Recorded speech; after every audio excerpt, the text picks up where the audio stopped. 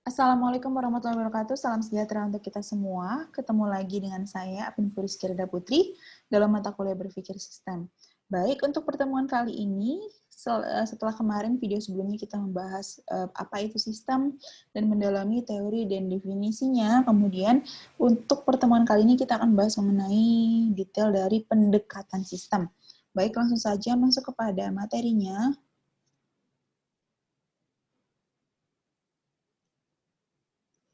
Oke, nah kali ini kita akan lebih membahas mengenai apa itu pendekatan sistem. Definisi kesisteman sendiri adalah suatu konsep di mana formalitas dan proses dari keseluruhan disiplin ilmu dan pengetahuan sosial dapat dipadukan dengan berhasil. Jadi kalau nggak berhasil, belum disebut sebagai sebuah kesisteman. Ya. Kemudian pendekatan sistem sendiri, ada poin-poin penting yang perlu kita ketahui. Pendekatan terpadu yang memandang suatu objek atau masalah ya yang kompleks dan bersifat interdisiplin, jadi melibatkan berbagai macam disiplin sebagai bagian dari suatu sistem. Kemudian yang kedua, dasar rekayasa sistem. Ya, sangat penting untuk sistem thinking, sistem metodologi, sistem desain, dan sistem engineering. Ya, ini adalah dasar rekayasa sistem. Kemudian yang ketiga, paradigma pemecahan masalah. Artinya, pendekatan sistem menganggap bahwa atribut keseluruhan sistem digunakan untuk mencapai tujuan suatu sistem, yaitu untuk memecahkan masalah. Yang keempat, pendekatan sistem merupakan cara penyelesaian persoalan, ya, yang dimulai dengan dilakukannya identifikasi terhadap adanya sejumlah kebutuhan, sehingga dapat menghasilkan suatu operasi dari sistem yang dianggap efektif. Ini menurut Ariadno 1999. Oke. Nah, pendekatan sistem atau system approach itu sendiri umumnya ditandai dengan beberapa hal seperti yang pertama, pengkajian terhadap semua faktor yang terpengaruh dalam rangka mendapatkan solusi untuk mencapai tujuan. Kemudian yang kedua, adanya model-model untuk membantu pengambilan keputusan lintas disiplin sehingga permasalahan yang kompleks dapat diselesaikan secara komprehensif. Ini menurut Ariadno et al. 2007. Ya, jadi intinya kalau dalam pendekatan sistem itu intinya ketika kita melakukan pendekatan sistem itu pasti ujungnya ada solusi dari permasalahan yang ada dan ada tujuannya gitu ya. Kemudian ada model-model yang membantu untuk mengambil keputusan yang ada tadi, yang sudah diambil untuk memecahkan masalah tadi. Itu. Kemudian unsur pendekatan sistem.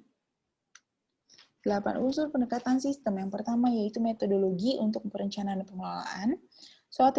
Harus ada tim, suatu tim yang multidisipliner, harus berbagai bidang yang mencakup karena sistem itu sesuatu yang kompleks dan biasanya menggabungkan berbagai bidang.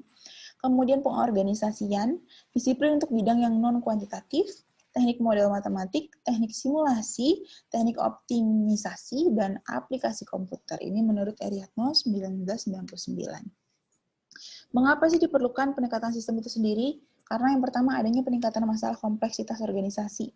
Yang kedua adanya kemajuan dalam bidang manajemen. Yang ketiga adanya kebutuhan metode baru untuk permasalahan yang rumit. Ya, banyak permasalahan baru yang tidak terstruktur.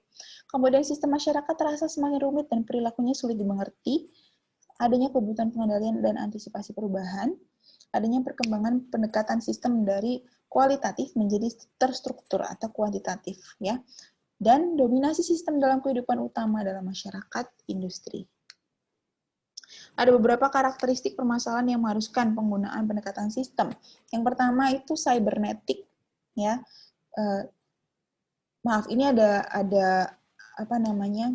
Kalau untuk karakteristik permasalahannya itu permasalahan dikategorikan sebagai masalah yang dianggap harus diselesaikan dengan pendekatan sistem. Biasanya ciri-cirinya yang pertama kompleks, yang kedua dinamis, berubah terus-menerus gitu ya. Kemudian yang ketiga probabilistik, kemungkinannya banyak. Nah, sehingga harus dirancang sebuah solusi yang pertama cybernetik, berorientasi pada tujuannya apa, holistik ya, bersifat menyeluruh, kemudian efektif ya, sehingga dapat dioperasikan dengan baik gitu. Jadi, 3 karakteristik permasalahan yaitu kompleks, dinamis, dan probabilistik itu dapat diselesaikan dengan solusi yang cybernetik, holistik, dan efektif. Nah, ini lebih dalam lagi mengenai solusi pendekatan sistem. Cybernetik itu dalam pendekatan sistem berarti bahwa hasil pemikiran manusia yang berpikir sistem akan berorientasi pada tujuan. Jangan sampai ada permasalahan, kita berusaha menyelesaikan, tetapi tidak ada tujuan target yang dicapai gitu ya. Kemudian holistik, ya. Pendekatan bahwa sistem berarti bahwa pemikiran manusia yang berpikir sistem selalu utuh dan menyeluruh. Ibaratnya kalau misalnya kita melihat pandangan dari satu, kita memandang sesuatu gitu ya, nggak boleh dari sisi satu aja, nggak boleh dari sisi yang kanan aja, kiri aja, depan aja, belakang aja, tapi secara menyeluruh gitu. Termasuk kayak misalnya helikopter view. Nah, itu kan kita melihat sesuatu secara menyeluruh dari atas. Dari kalau kita naik helikopter atau pesawat misalnya ya, itu kita bisa melihat ke bawah secara keseluruhan. Itu adalah holistik. Kemudian efektif, dalam pendekatan sistem berarti bahwa pemikiran manusia yang berpikir sistem bisa dioperasionalkan atau diimplementasikan. Jadi nggak cuman, oke, ini ada masalah nih, maka kita harus punya tujuan untuk menyelesaikan masalahnya, yaitu ini. Kemudian kita berpikirnya secara menyeluruh, apa saja sih yang terkait di dalam permasalahan itu, udah ketemu apa aja yang terkait, faktor-faktornya, atau elemen-elemennya, tapi solusi yang kita hasilkan dalam berpikir sistem itu tidak bisa dioperasionalisasikan atau tidak dapat diimplementasikan. Nah, itu tidak menjadi sebuah solusi pendekatan sistem. Ya, kompleks apa enggak? Iya, kompleks. Rumit apa enggak? Iya, rumit. Tapi ketika ini berhasil diterapkan, maka permasalahan pasti akan terselesaikan. Ya, dan biasanya kalau misalnya kita hanya melihat dari satu sisi, tidak menyeluruh, permasalahan itu hanya terselesaikan di satu bagian saja gitu. Jadi misalnya kita melihat dari sisi A, ya udah permasalahan yang A aja yang diselesaikan. Padahal sebenarnya kalau kita memperbaiki permasalahan A itu masih ada permasalahan B, C dan lain sebagainya. Bahkan mungkin muncul permasalahan baru ketika kita menyelesaikan permasalahan A. Ya, tiba-tiba muncul permasalahan Z gitu kan. Tapi kalau secara menyeluruh akan lebih banyak yang terselesaikan dan lebih clear gitu ya. Oke. Demikian untuk materi pendekatan sistem.